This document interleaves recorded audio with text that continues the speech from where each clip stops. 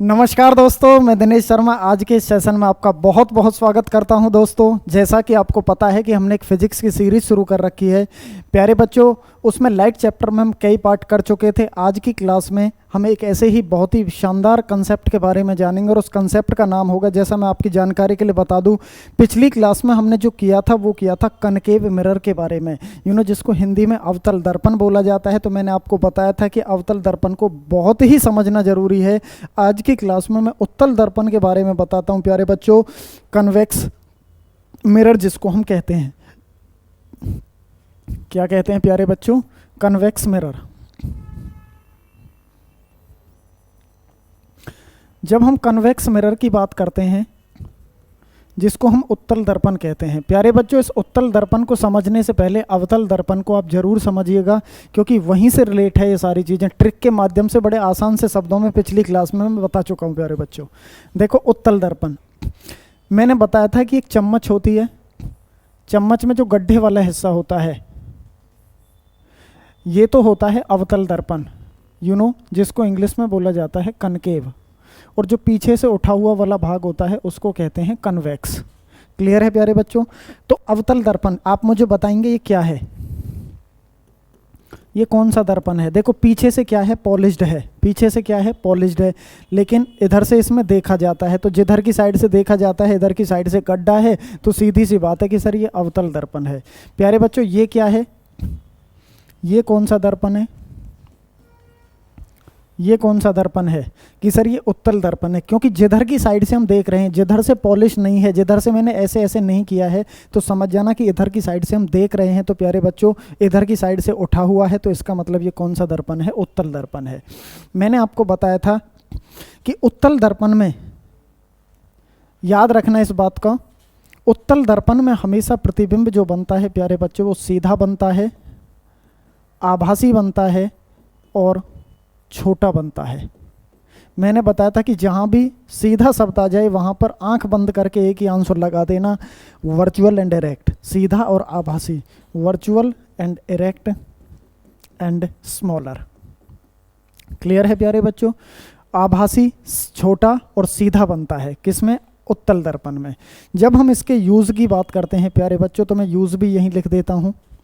Use इसका जो होता है, ये होता है गाड़ियों में साइड मिरर के रूप में। किसमें? गाड़ियों में साइड मिरर के रूप में। लिख लेना बच्चों। देखिए, मैं बार बार एक ही बात कहता हूँ आपसे, राइटिंग थोड़ी सी गड़बड़ झाला सा चल रहा है ना, वो जल्दबाजी में थोड़ी सी कोई मिस्टेक हो सकती है, स्पेलिंग भी।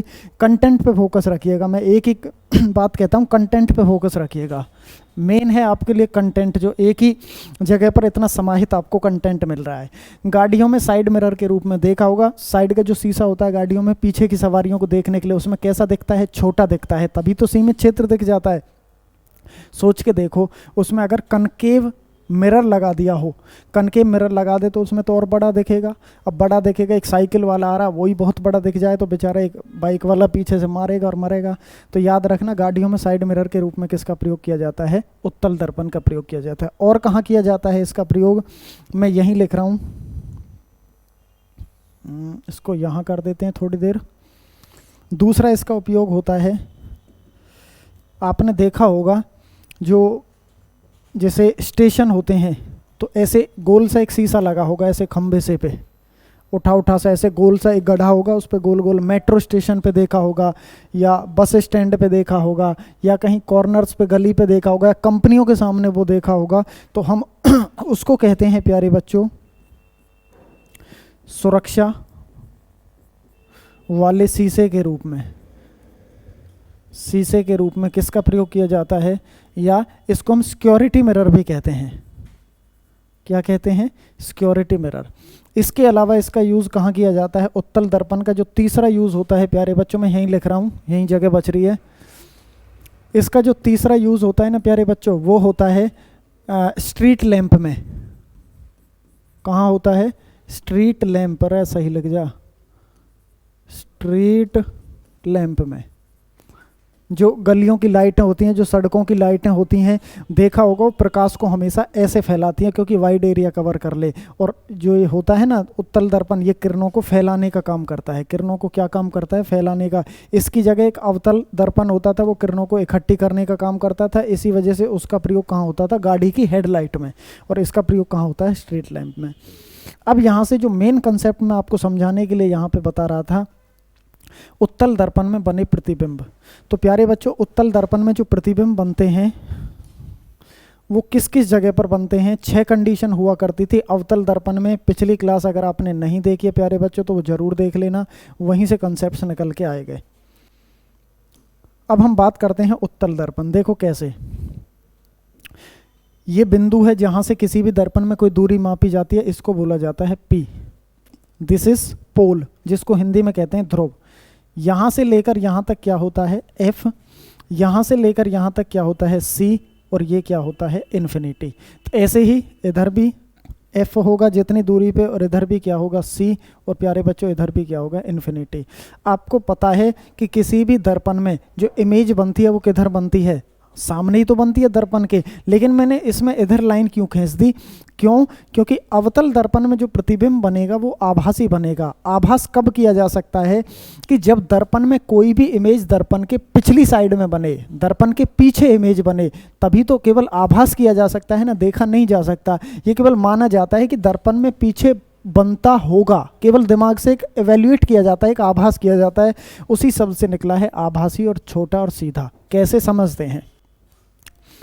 कोई वस्तु इन्फिनिटी पर रखी है 1 नंबर में, यहाँ पे रख देता हूँ वस्तु को, बहुत आसान है। और मैं नीचे देखो, यहीं देखो, वस्तु है, ये कोई बॉडी है, 1 2 3 4 5 और 6, ये कोई बॉडी रखी है। इन्फिनिटी पर कोई वस्तु रखी है, इन्फिनिटी और C के बीच में, और C और F के बीच में, या F पर, या F या P के बीच में। इन्फिनिटी का मतलब क्या होता है? अनंत। C का मतलब होता है वक्रता केंद्र या वक्रता त्रिज्या, सेंटर ऑफ कर्वेचर जिसको इंग्लिश में कहते हैं। F का मतलब होता है प्यारे बच्चों फोकस, और फोकस को हिंदी में भी क्या कहते हैं? फोकस। और P का मतलब होता है पोल, ध्रुव। 6 जगह वस्तुओं को रखा जा सकता है। कहाँ? उत्तल दर्पण में। अवतल दर्पण में भी 6 कंडीशन होती थी, वहां पे उल्टा वास्तविक और वस्तु से बड़ा बनता था। उसमें आपको 6 की 6 कंडीशन अलग याद रखनी पड़ती थी, लेकिन ये बेहद आसान है, इसमें कुछ नहीं करना आपने। 1 2 3 4 5 6, हाँ या ना? अब जब इन्फिनिटी पर होता है, जब वस्तु कहाँ है? इन्फिनिटी। पेपर में कैसे क्वेश्चन पूछेगा? In front of convex mirror at body placed at infinity. मतलब जब उत्तल दर्पण के सामने वस्तु इन्फिनिटी पर रखी हो तो प्रतिबिंब कहाँ बनता है और कैसे बनता है, ये क्वेश्चन पूछा जाता है प्यारे बच्चों। इन्फिनिटी पे तो कहाँ बनेगा? फोकस पे। पहले अवतल दर्पण में भी कहाँ बन रहा था? फोकस में।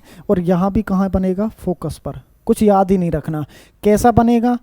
सीधा बनेगा, आभासी बनेगा, और वस्तु से छोटा बनेगा। सोचना ही नहीं है, वही सेम लाइनें लिखनी है। फोकस पर बनेगा, सीधा बनेगा, आभासी और छोटा। उसके अलावा दूसरी कंडीशन बेहद इंपॉर्टेंट है। जितने भी स्टूडेंट इस वीडियो को देख रहे हैं, फोकस दीजिएगा मेरी तरफ आप। इन्फिनिटी से लेकर प्यारे बच्चों, इन्फिनिटी से लेकर पोल के बीच में, हेलो स्टूडेंट विशेष ध्यान दीजिएगा, इन्फिनिटी से लेकर पोल के बीच में वस्तु कहीं भी रखी हो, कहीं भी का मतलब 2 नंबर, 3 नंबर, 4 नंबर, 5 नंबर और 6 नंबर, C पर रखी हो, F पर रखी हो, P पर रखी, P और F के बीच में रखी हो, C और F के बीच में, इन्फिनिटी और C के बीच में। मतलब दूसरी कंडीशन से लेकर 6वीं कंडीशन के बीच में वस्तु कहीं भी रखी हो, मतलब 2 to 6 वस्तु कहीं भी रखी हो, इन्फिनिटी से आगे आगे और पोल के बीच में। हमेशा जो प्रतिबिंब बनता है प्यारे बच्चों, वो पोल और फोकस के बीच में बनता है। दर्पण के पीछे बनेगा। कहाँ बनेगा? यहाँ पे बनेगा। असल में पोल और फोकस के बीच में, दर्पण के पीछे। पीछे बनेगा तभी तो कैसा बनेगा? आभासी बनेगा। और तभी कैसा बनेगा? सीधा। क्यों? क्योंकि मैं बार बार पिछली क्लास में बता चुका हूँ प्यारे बच्चों, सीरियल वाइज क्लास देखेंगे तो बहुत अच्छा समझ आएगा। आभासी और सीधा बनता है। क्लियर है? तो जब इन्फिनिटी और पोल के बीच में वस्तु कहीं भी रखी हो, इन्फिनिटी टू पोल, तो प्रतिबिंब जो बनता है वो हमेशा पोल और फोकस के बीच में बनता है, हमेशा। बस यही दो कंडीशन है और कुछ याद ही नहीं रखना, यहीं आकर ये कंप्लीट हो जाता है। कैसे? पेपर में क्वेश्चन पूछेगा कि यदि उत्तल दर्पण के सामने वस्तु सेंटर ऑफ कर्वेचर पर रखी हो तो प्यारे बच्चों प्रतिबिंब कहाँ बनेगा? तो प्यारे बच्चों प्रतिबिंब पोल और फोकस के बीच में बनेगा। कैसा बनेगा? छोटा, सीधा, आभासी। यदि फोकस पर रखी हो तब भी पोल और फोकस के बीच में बनेगा, छोटा, सीधा, आभासी। यदि सी और एफ के बीच में रखी हो, कहीं भी हो, इन्फिनिटी और सी के बीच में, 2 नंबर, 3 नंबर, 4 नंबर, 5 और 6, हमेशा कहाँ बनेगा? वहीं पे बनेगा। क्लियर है प्यारे बच्चों? अब इसमें एक बात और ध्यान दे लेना छोटी सी, और यहाँ आकर फिर ये बिल्कुल कंसेप्ट क्लियर कट हो जाएगा। कैसे? हो जा छोटा, हो जा। देखो वो क्या है, यदि वस्तु, पेपर में क्वेश्चन आएगा, यदि वस्तु पोल और फोकस के बीच में रखी हो तो प्रतिबिंब कहाँ बनता है? फोकस और पोल के बीच में रखी हो तो प्रतिबिंब कहाँ बनता है? प्यारे बच्चों कहाँ बनेगा? यहाँ से लेके यहाँ हो, कहीं हो तो फोकस एंड पोल के बीच में ही बनेगा। सीधी बात है, सोचना ही नहीं है। कैसा बनेगा? सीधा बनेगा। और सीधे के साथ क्या जोड़ना है? आभासी, वर्चुअल और इरेक्ट बनेगा। और हर कंडीशन में 5 की 5 कंडीशन में वस्तु से छोटा बन रहा था, लेकिन यहाँ आकर प्यारे बच्चों कैसा बन जाएगा? बराबर बन जाएगा, सेम साइज का बनेगा। क्यों? क्योंकि जहाँ पर वस्तु रखी हो कभी भी और वहीं प्रतिबिंब बन जाए, वहीं पे इमेज बन जाए, तो याद रखना जहाँ प्रतिबिंब है अगर वहीं इमेज बनेगी तो हमेशा जो प्रतिबिंब रहेगा वो कैसा बनेगा? बराबर बनेगा। मुझे उम्मीद है प्यारे बच्चों ये बात आप समझ पा रहे होंगे। अवतल दर्पण के बारे में आप पहले जान चुके थे और अवतल दर्पण, उत्तल दर्पण के बारे में मैं आपको बता चुका हूँ। कौन सा दर्पण किरणों को इकट्ठी करता है प्यारे बच्चों? अवतल दर्पण। कौन बिखेरता है? उत्तल दर्पण। कन्वर्जिंग मिरर कौन सा है? Concave mirror. डाइवर्जिंग मिरर कौन सा है? Convex mirror. क्लियर है? गड्ढे वाला कौन सा है? सब्जी इकट्ठी होकर आती है गड्ढे से, तो ऐसे इकट्ठी कौन करता है? कनकेव मिरर करता है। क्लियर है? अब यहाँ पे हम एक कंसेप्ट की बात करते हैं प्यारे बच्चों, जिसको कहते हैं मिरर फॉर्मूला। क्या है? Mirror formula. यहाँ पे इसी फॉर्मूले बेसिस पर कुछ क्वेश्चंस बनते हैं प्यारे बच्चों, कुछ न्यूमेरिकल्स बनते हैं। और वो न्यूमेरिकल्स क्या हैं, कैसे हैं, और ये क्या होता है? 1/f is equal to, mirror formula क्या होता है? 1/f is equal to 1/v plus में 1/u। This is the mirror formula. ये क्या होता है प्यारे बच्चों? Mirror formula. कि सर f क्या होता है? f होती है स्टूडेंट यहाँ पे फोकस दूरी। क्या होती है प्यारे बच्चों? फोकस दूरी। v क्या होता है? v क्या होती है यहाँ पे? बताइए प्यारे बच्चों। एक u है और एक v है। एक होती है इनिशियल वेलोसिटी, एक होती है फाइनल वेलोसिटी। देखिए जब आप अल्फ़ाबेट पढ़ते हैं इंग्लिश के ABCDFG तो u पहले आता है कि v पहले आता है? v पहले आता है कि u पहले आता है? v पहले आता है। अरे नहीं बच्चों, देखो गिनो। अब बहुत सारे बच्चे जब मैं ऑफलाइन में पढ़ाता हूँ तो वो गिनना शुरू कर देते ABCDFG की राष्ट्रीय हैं। तो मतलब कौन पहले आता है प्यारे बच्चों? u पहले आता है। तो कोई भी चीज़ पहले चलेगी या बाद में चलेगी? कोई भी चीज़ जो चलना शुरू होगी, शुरुआत से तो चलना शुरू होगी। तो ऐसे अल्फ़ाबेट में शुरू में कौन आ रहा है? u। लास्ट में कौन आ रहा है? v। तो हम कह देते हैं कि v है अंतिम वेग। v क्या होता है? अंतिम वेग, जिसको कहते हैं फाइनल वेलोसिटी। क्लियर? और u क्या होता है? Initial velocity. क्या होता है प्यारे बच्चों? Initial velocity. और इनिशियल वेलोसिटी को हम क्या कहते हैं? प्रारंभिक वेग। क्या कहते हैं प्यारे बच्चों? प्रारंभिक वेग। क्लियर है? इनिशियल वेलोसिटी को क्या कहते हैं?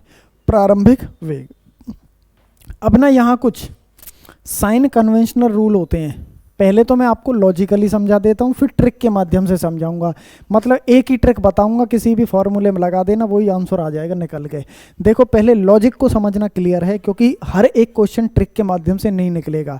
मतलब वो देखना पड़ेगा कि किस हिसाब का क्वेश्चन है, तो वो उसको भूल भी सकते हैं। अगर एक बार कंसेप्ट समझ आ गया, प्रिंसिपल समझ आ गया, लॉजिक समझ आ गया, तो किसी भी क्वेश्चन को कैसा ही आ जाना पेपर में आप करके आओगे, जरूर धुआं उठा के आओगे पेपर में। देखो कैसे। एक होते हैं साइन कन्वेंशनल रूल। क्या होते हैं प्यारे बच्चों? Sign conventional rule. Sign conventional rule, इसको हिंदी में कहते हैं चिन्ह परिपाटी के नियम। क्या कहते हैं? चिन्ह परिपाटी के नियम। कुछ पिछली बातें जो हमने सीखी हैं उनका भी यहाँ पे यूज़ होगा, तो उसी से हम समझते हैं। चिन्ह परिपाटी के नियम क्या होते हैं प्यारे बच्चों? साइन कन्वेंशनल रूल क्या होता है, आइए समझते हैं। आपने प्रिंसिपल एक्सिस सुने होंगे, X axis and Y axis सुने हैं, X axis and Y axis. किसी भी एक्स एक्सिस पे जब हम चलते हैं इधर की साइड प्यारे बच्चों, तो ये हमेशा क्या होता है? पॉजिटिव होता है। ये हमेशा क्या होता है? पॉजिटिव होता है। जब हम वाई एक्सिस में ऊपर की तरफ चलते हैं, ऊपर की तरफ हम चलते हैं, तो ये भी क्या होता है प्यारे बच्चों? पॉजिटिव होता है। लेकिन एक्स एक्सिस में जब हम इधर की साइड इधर लेफ्ट हैंड की साइड चलते हैं तो हमेशा क्या होता है? नेगेटिव। और जब हम नीचे की साइड चलते हैं प्यारे बच्चों तो क्या होता है? नेगेटिव होता है। इतनी बात समझ में आई या नहीं आई, मुझे बताइए प्यारे बच्चों। जब हम इधर की साइड चलते हैं तो पॉजिटिव और इधर की साइड चलते हैं तो नेगेटिव, बस कुछ याद नहीं रखना। दिस इज एक्स एक्सिस, भाई सेम चीज़ है, ये एक्स है ये एक्सिस, तो इधर पॉजिटिव और इधर नेगेटिव। ऊपर भी मत याद रखिए, बस यही याद रखिए, इसी से निकल के आ जाएगा। इतनी बात क्लियर है प्यारे बच्चों? फटाफट बताइए मुझे, क्लियर है? इनको हम चिन्ह परिपाटी के नियम कहते हैं। क्लियर है ना? क्लियर है ना? देखो भाई, अब यहां पे ध्यान देने वाली बात क्या है, ये चिन्ह परिपाटी के नियम कैसे करते हैं। सबसे पहले हम लेते हैं कनकेव मिरर को। किसको लेते हैं? Concave mirror. और एक साइड को हम ले लेते हैं कन्वेक्स मिरर। देखो बहुत आसान है, ध्यान से समझिएगा। कन्वेक्स मिरर को हिंदी में कहते हैं उत्तल दर्पण, और इसको कहते हैं अवतल दर्पण। अब ये बताइए कौन सा दर्पण है? ये उत्तल है कि अवतल है? कि सर ये अवतल है। कौन सा है? अवतल है। क्यों है अवतल? क्योंकि बीच में से गड्ढा है, पीछे से उठा हुआ है जो पॉलिश्ड भाग है। तो हम देख किधर से रहे हैं? इधर की साइड से। ये कहीं ना कहीं यहाँ पे इधर भी होगा, पीछे भी इतने जितना। ये क्या होता है? P। ये क्या होता है? F। ये क्या होता है? C। और ये क्या होता है प्यारे बच्चों? इन्फिनिटी। क्लियर है? कोई डाउट यहाँ पे? यदि किसी अवतल दर्पण के सामने वस्तु यहाँ रखी हो, वस्तु को किधर रखा जाएगा प्यारे बच्चों? अवतल दर्पण के सामने इधर रखा जाएगा कि इधर रखा जाएगा? कि सर इधर रखा जाएगा। कहीं भी होगी, इधर ही तो होगी वस्तु। अब इधर की साइड है, अब आपको पता है कि इधर होता है एक्स एक्सिस और इधर होता है एक्स एक्सिस यहाँ पे। तो इधर तो हमेशा क्या होगा? पॉजिटिव होगा, और इधर हमेशा क्या होगा? नेगेटिव होगा।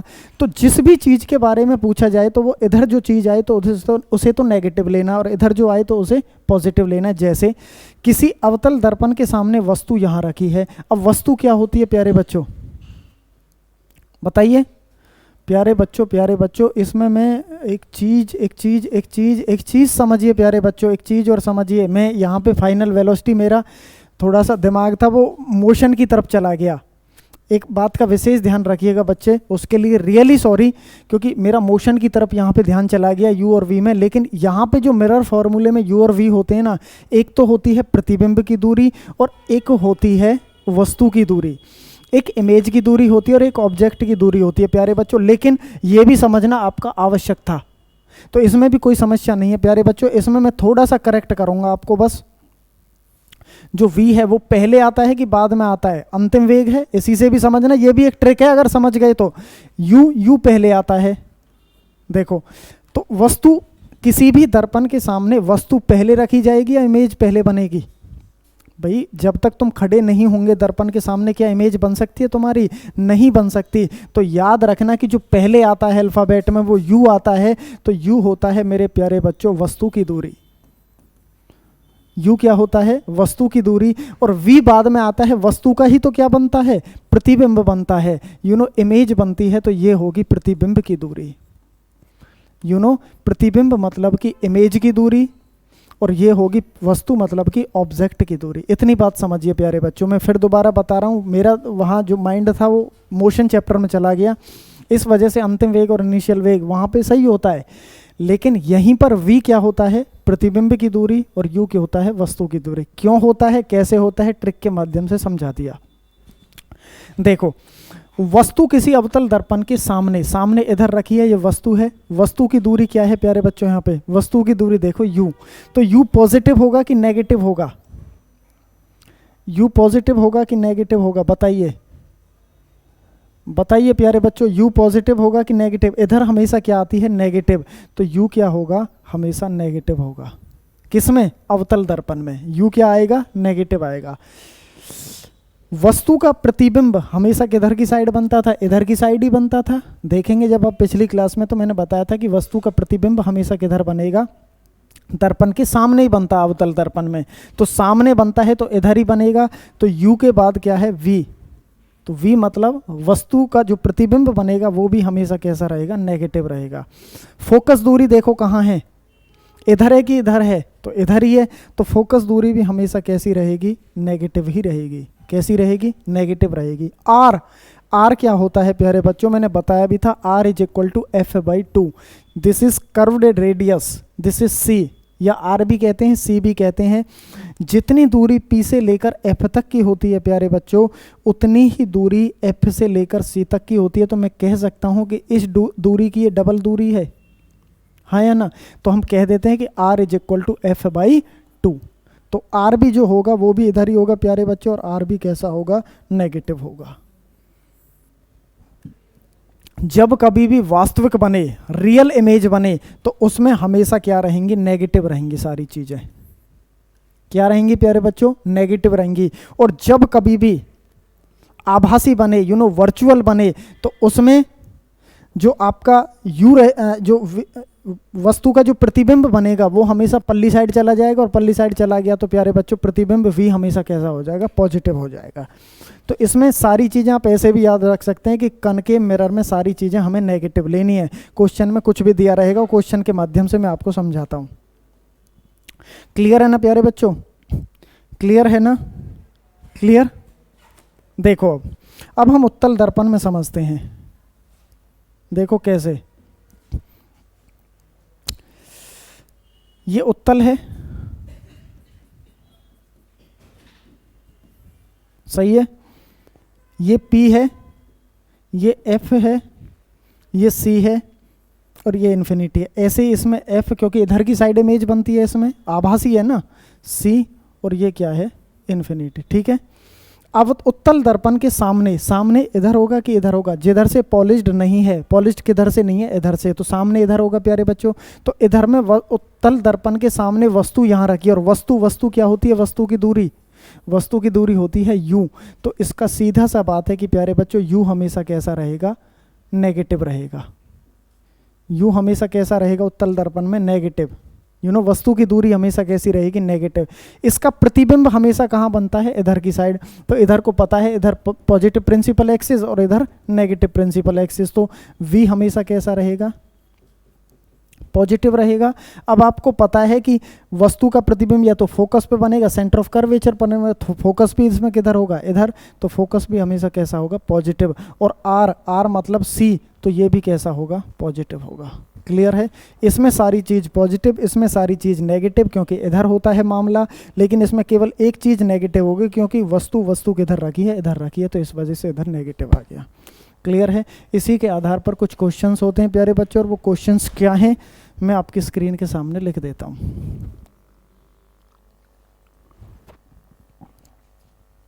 क्लियर है, देखो एग्जाम्पल के थ्रू हम इसको समझते हैं, फिर मैं आपको बताऊंगा। देखो, यदि कनकेव मिरर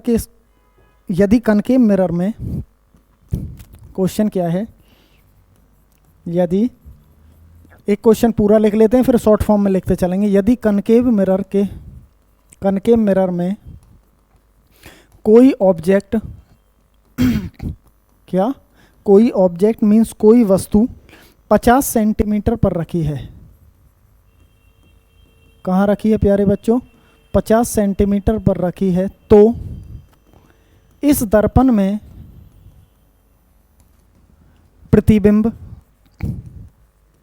प्रतिबिंब को कहते हैं इमेज। क्या है, इमेज की दूरी ज्ञात करें, इमेज की दूरी ज्ञात करें यदि इस दर्पण की फोकस दूरी फोकल लेंथ 25 सेंटीमीटर हो, 25 सेंटीमीटर हो, तो क्या ज्ञात करनी है? इमेज की दूरी ज्ञात करनी है। फोकस दूरी दे रखी है और आपको ऑब्जेक्ट की दूरी दे रखी है। तो मिरर का फॉर्मूला मैं आपको बता चुका हूं प्यारे बच्चों, देख लो क्या होता है। 1/f is equal to 1/v plus में 1/u। तो क्या होता है formula?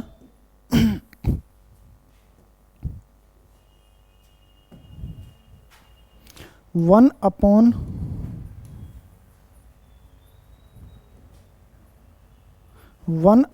F is equal to 1/v plus में 1/u।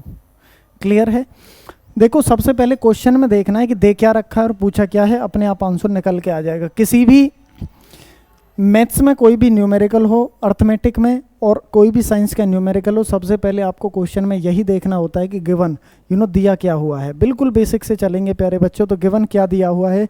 अवतल दर्पण के सामने कोई ऑब्जेक्ट 50 मीटर की दूरी पर है। ऑब्जेक्ट के सामने मतलब दर्पण के सामने कोई ऑब्जेक्ट मतलब यू की वी, यू कितने पर है? 50 सेंटीमीटर। अब आपको पता है ये कोई अवतल दर्पण है। ये क्या है प्यारे बच्चों? देखो साइन कन्वेंशनल रूल से बताता हूँ।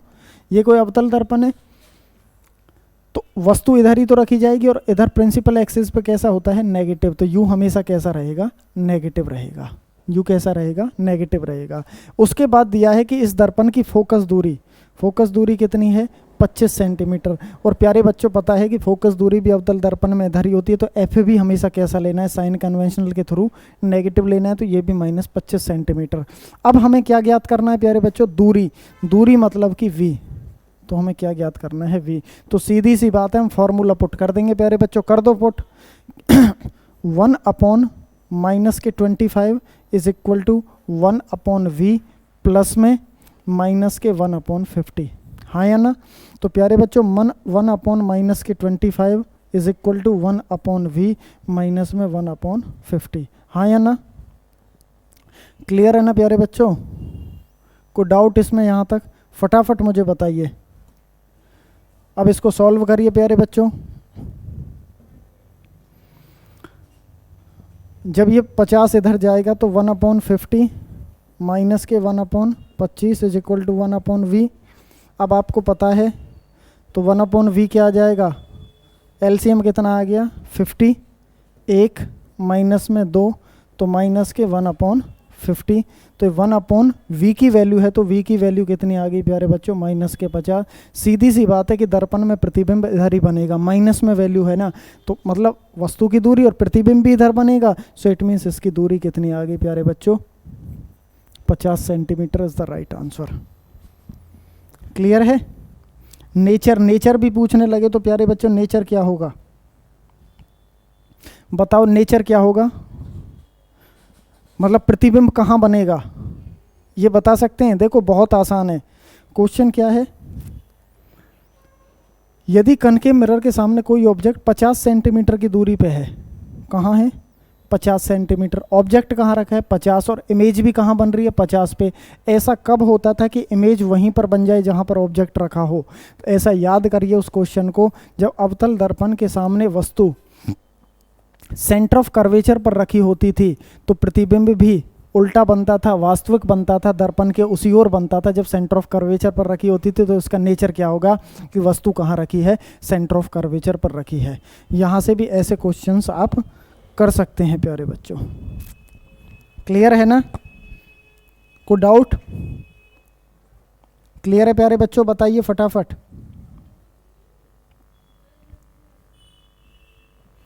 क्लियर है ना?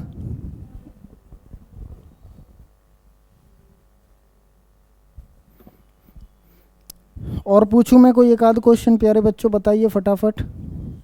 देखो बच्चों एक बात और याद रखना, यहाँ ना मैग्निफिकेंस भी देता है कभी कभी। मैग्निफिकेंस जिसको हिंदी में कहते हैं आवर्धन।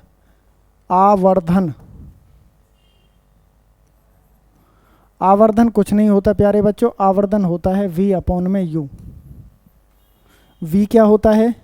बताइए प्रतिबिंब की दूरी, सॉरी वस्तु की दूरी, हाँ प्रतिबिंब, प्रतिबिंब वस्तु नहीं, यू होता है वस्तु की दूरी और प्रतिबिंब की दूरी। तो आवर्धन का फॉर्मूला क्या होता है, मैग्निफिकेंस का जो फॉर्मूला होता है प्यारे बच्चों वो क्या होता है, v अपॉन में u होता है, हाइट ऑफ इमेज बटे में हाइट ऑफ ऑब्जेक्ट। क्लियर है, क्लियर है ना। एक और क्वेश्चन पूछूं, लिखो प्यारे बच्चों एक क्वेश्चन और हम प्रैक्टिस करते हैं।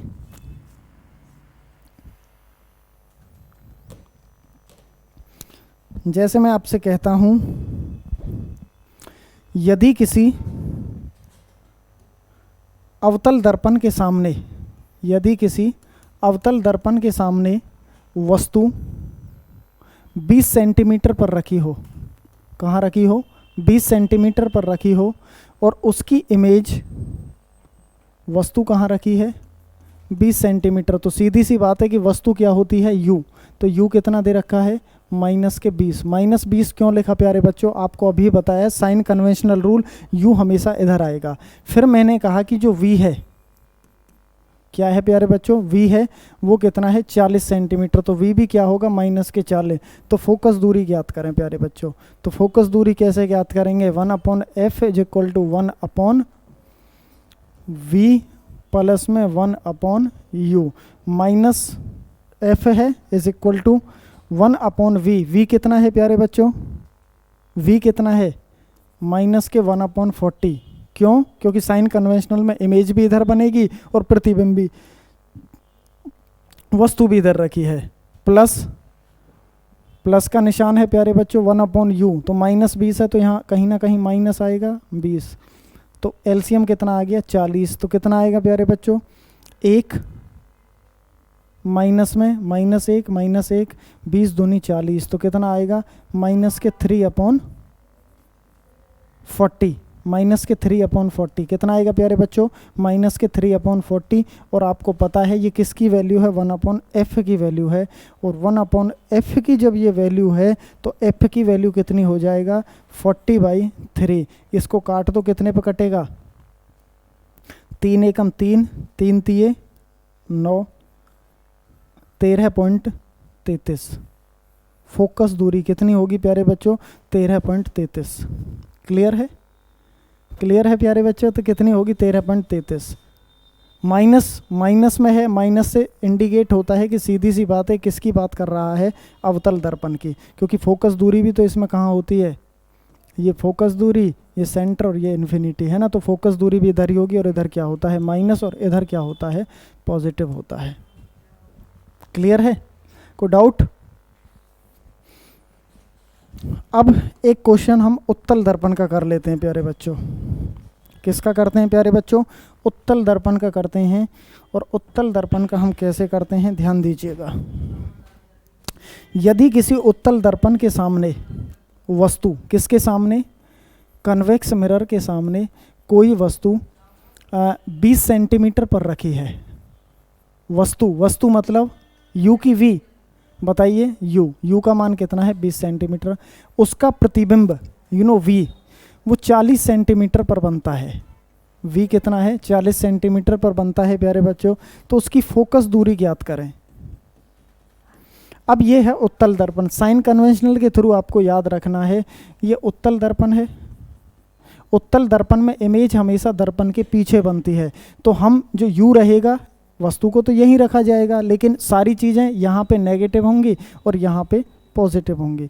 ये मैं पिछली क्लास में नहीं, अभी थोड़ी देर पहले बता भी चुका हूँ प्यारे बच्चों। अब देखो, अवतल दर्पण में केवल एक ही चीज़ नेगेटिव लेनी है, वो है वस्तु की दूरी, बाकी सभी पॉजिटिव, और अवतल दर्पण में बाकी सभी नेगेटिव लेनी है, बस इतना ध्यान रखना। अब u कितना होगा -20 सेंटीमीटर, और ये कितना रहेगा v 40 रहेगा, फोकस दूरी निकालनी है, आपको पता है 1/v या 1/f is equal to 1/v plus में 1/u। क्लियर, देखो f कितना है, निकालना है f, तो v कितना है प्यारे बच्चों, माइनस के 1/40 प्लस के 1/20। क्लियर है, क्लियर है प्यारे बच्चों। एलसीएम, एलसीएम बताइए, 40 आ गया, माइनस के 1 प्लस के 20 दूनी 40, तो दो में से एक गया तो एक आएगा प्यारे बच्चों, और प्लस के आगे प्लस माइनस माइनस होंगे, और जिसके आगे बड़ी डिजिट के सामने जो साइन है वो लगेगा, तो इसमें आएगा 1/40। तो 1/40 ये किसका मान आया, 1/f का मान, और 1/f तो f कितना हो गया प्यारे बच्चों, 40 सेंटीमीटर। कितना आ गया, 40 सेंटीमीटर। सीधी सी बात है, पॉजिटिव है तो इधर की साइड, पॉजिटिव है तो किधर की साइड, इधर की साइड जाएगा। और फोकस दूरी पॉजिटिव कहाँ होती है प्यारे बच्चों, आपको पता है उत्तल दर्पण में होती है। तो सीधी सी बात है कि हम उत्तल दर्पण की बात कर रहे हैं। क्लियर है प्यारे बच्चों। अब यहाँ पे एक होता है लेंस का फॉर्मूला। क्या होता है प्यारे बच्चों, लेंस फार्मूला। और जो लेंस फार्मूला होता है वो बहुत आसान है। मिरर फार्मूला क्या होता था, 1/f is equal to 1/v plus में 1/u। लेकिन लेंस में कुछ नहीं करना, बीच में माइनस लगा देना, वही होता है। v क्या होता है, u क्या होता है, u होता है वस्तु की दूरी, इमेज का जो डिस्टेंस होता है, और v होती है प्रतिबिंब की दूरी। प्रतिबिंब मतलब इमेज की दूरी, और ये होती है ऑब्जेक्ट, इसको कहते हैं ऑब्जेक्ट। बात समझ आई होगी। ये लेंस लगा देना। क्लियर है, क्लियर है प्यारे बच्चों। तो ये साइन कन्वेंशनल के थ्रू आप याद रखना। एक छोटी सी ट्रिक और समझा के जाता हूँ लास्ट में। देखिए, जब कभी भी दर्पण की बात करें, कुछ भी समझ नहीं आ रहा पेपर में, ट्रिक बता रहा हूँ प्यारे बच्चों, मैंने बताया ये ट्रिक है, कंसेप्ट वही है, उससे सारे क्वेश्चन का आंसर आएगा। जब कभी भी दर्पण का कोई केस आ जाए और पेपर में अवतल दर्पण दिया हो, क्या हो, अवतल दर्पण दिया हो, डायरेक्ट आपको दर्पण वाला फॉर्मूला पुट करना है, आंसर सही निकल के आएगा। जब कभी भी उत्तल दर्पण दिया हो, क्या दिया हो, उत्तल दर्पण दिया हो, साइन कन्वेंशनल कुछ नहीं समझ आ रहा है, तो आप लेंस का फॉर्मूला लगा देना, आंसर सही निकल के आएगा। स्टूडेंट फिर मैं बता रहा हूँ, ये ट्रिक है। दर्पण के किसी भी केस में जब साइन कन्वेंशनल आपको चिन्ह परिपाटी के नियम कहाँ पॉजिटिव कहाँ नेगेटिव समझ नहीं आ रहा हो, तो यदि किसी अवतल दर्पण के सामने वस्तु यहाँ रखी हो, प्रतिबिंब यहाँ, फोकस ये, तो हमेशा कुछ पॉजिटिव नेगेटिव नहीं लेना, फॉर्मूला लगा देना दर्पण वाला, 1/v प्लस में 1/u is equal to 1/f। जब कभी भी उत्तल दर्पण दे रखा हो तो आपको कुछ नहीं सोचना, वहाँ पे लेंस का फॉर्मूला लगा देना। दर्पण में भी किसका फॉर्मूला लगा देना, उत्तल में लेंस का। आंसर हमेशा क्या निकल के आएगा, करेक्ट निकल के आएगा। ये ट्रिक है, क्योंकि कहीं ना कहीं घूम फिर के चिन्ह परिपाटी के नियम वही बन जाते हैं। तो प्यारे बच्चों, मुझे उम्मीद है कि ये जितनी भी बातें मैंने आपको, जितने भी कंसेप्ट सिखाए हैं, क्वेश्चंस के माध्यम से मैंने आपको बताया है। एक दो क्वेश्चंस की हम अगली आने वाली क्लास में चर्चा करने वाले हैं आपकी प्रैक्टिस के लिए। और उसके अलावा जब भी हमारा ये चैप्टर खत्म हो जाएगा तो हमको इसके कुछ MCQ भी करेंगे, जिस तरह से पेपर्स में कुछ प्रीवियस ईयर क्वेश्चन पेपर आए हुए हैं। अगली क्लास में हम लेंसेज के बारे में चर्चा करेंगे। और लेंस कुछ नहीं होते प्यारे बच्चों, जो अवतल दर्पण कार्य करता है वही उत्तल लेंस होता है, जो अवतल दर्पण होता है वही उत्तल लेंस, और जो उत्तल दर्पण होता है वही अवतल लेंस, एक दूसरे के अपोजिट होते हैं। तो बहुत आसान है, अगर ये समझ आए तो वो तो आसान बात है, समझ आ ही जाएगा। तो प्यारे बच्चों, आज की क्लास में हमारा और आपका साथ इतना ही था। तो अगली क्लास में फिर आपसे मुलाकात होगी। तब तक के लिए आप सभी का हमसे जुड़ने के लिए बहुत बहुत शुक्रिया, बहुत बहुत आभार। Thank you, love you all student. Okay, bye bye.